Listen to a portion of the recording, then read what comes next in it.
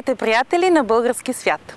Пролета все по-осезаемо се настанява наоколо, а това кара и сърцата, и душите ни да се изпълват с ведро настроение. Такава ще бъде мисията и на днешното ни предаване.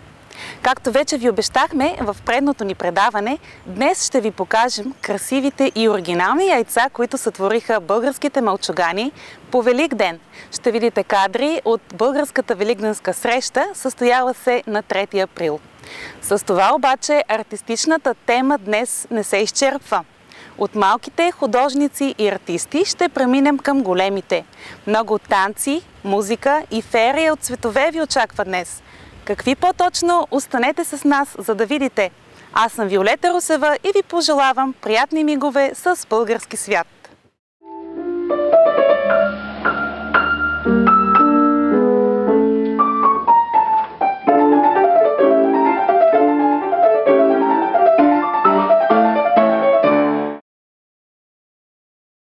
Възползвайте се от моя 18 годишен опит при покупко-продажба на имоти в цялата Метро Ванкувър ерия. Присъединете се към стотиците мои доволни клиенти. Посетете stanstanchev.com stanstanchev.com. На 3 април в църквата Сент Барнабас в Ню Уестминстър, по инициатива на Българското училище Свети Кирил и Методий, Ванкувър и Българо-канадско дружество в Британска Колумбия, беше организирана великденска среща. На нея присъстваха деца от училището, представители на Българо-канадско дружество, родители и приятели. В съответствие с традицията, децата боядисаха яйцата, специално донесени за празника, и опитаха домашно приготвените от родителите козунаци. Участваха и в организирането от училището игри. На края на тържеството бяха определени и наградени най-красивите яйца. И разбира се, накрая имаше интересна надпревара за най-здраво яйце бурак. И малко интересни факти за Великден. Това е денят, в който християните празнуват Възкресението на своя Господ Исус Христос. Великден или Възкресение Христово е най-големият, най-светлият празник за православните християни. Не е известно кога за пръв път са започнали да се боядисват яйца. Има исторически и археологически данни, че яйцата са се багрили и дарявали още в Древен Египет, Персия, Рим, Китай и Гърция. Ритуалите, свързани с тях, символизирали раждането на живота. Според християнски предания, когато Мария Магдалена отишла в Рим да се срещне с римския император, следвайки този обичай, тя му подарила яйце, което било обагрено в червено, символ на кръвта на Христос. От тогава навляза обичаят християните да се подаряват боядисани в червено яйца за Великден.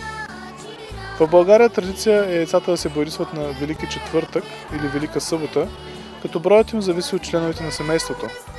Първото се оцветява винаги в червено от най-възрастната жена.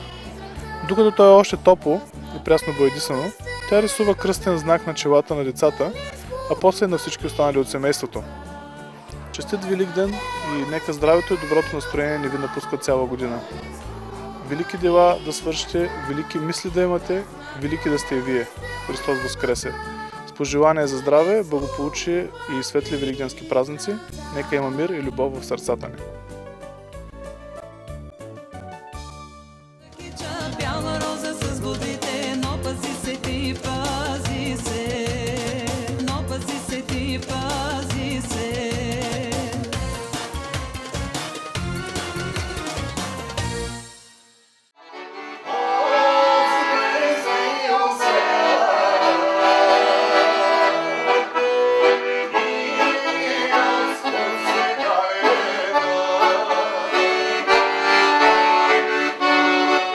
Това е първата българска самостоятелна група, която след толкова години ме кани мен сега с това да бъдем при българи и ми много приятно да можем да оставим нещо, колкото можем от себе си за фолклора и за България. Вие всъщност сте поканени също на един фестивал, който е на Ванкувър Айланд. Нещо може да кажете повече за това? Фестивалът е доста млад. Мисля, че е 6-то издание на фестивала. Негов организатор е Росмари Кьо и нейния съпруг Пат, който й помага много. Идеята за този фестивал е дошла от Mainwoods Camp на източния бряг в Америка. А Mainwoods Camp е един от старите кемпове за фолклор, международен фолклор.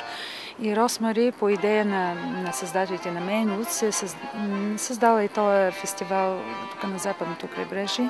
И мисля, че е много добре посещаван и много харесван. Първо, тя самата знам, че е чудесен организатор, много точен човек, много добър човек.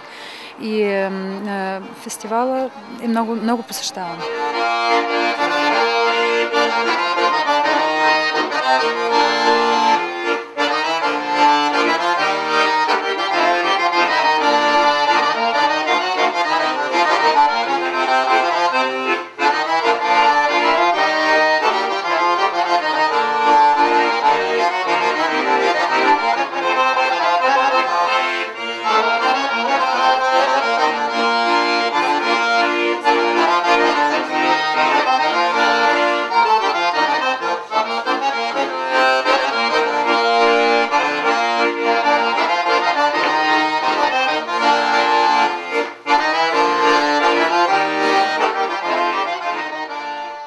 С музика се занимавам от 76-та и 7 година някъде. Бях на възраст 14 години.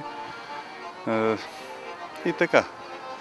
В България сме свирили по различни такива празници, сватбени увеселения, събори, войнишки изпращания. Но последните години тези работи, когато дойде демокрацията в България, започнаха, отшумяха. Смисъл, много намаля изпълнението с цялостни оркестри. Било за сватба, цялостна сватба да се направи с цял оркестър. Може би годините са по-трудни, не знам. И напоследък, от преди 6 години, се срещнахме с Илияна, смисъл. Направихме танцов състав, който в последствие се превърна в цял ансамбъл. Това е в село Войводиново, на 4-5 км от Пловдив. Ансамбъл се казва Войводенци.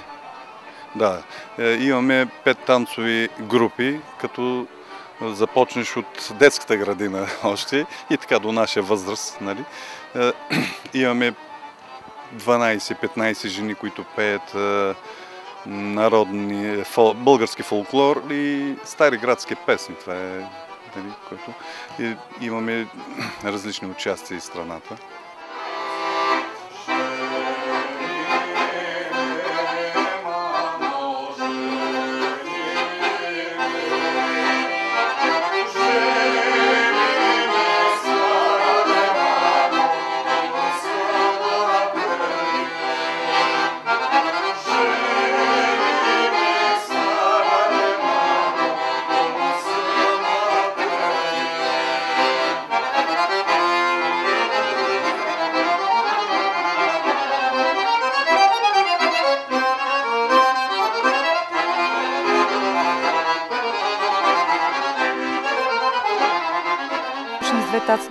С 2 детски танцови групи.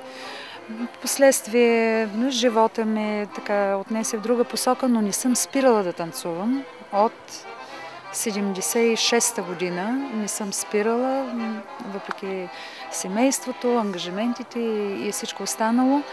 Започнах преподавателска дейност в чужбина, 95-та година. И това, което ми направи впечатление още от началото, че хората ме приемаха такава каквато съм, съзнанията, които имам от живота и от опита си, от семейството, от личната си събирателска дейност и от това, което съм като човек, от това колко даваш от себе си и как искаш да научиш другите да вървят по този път.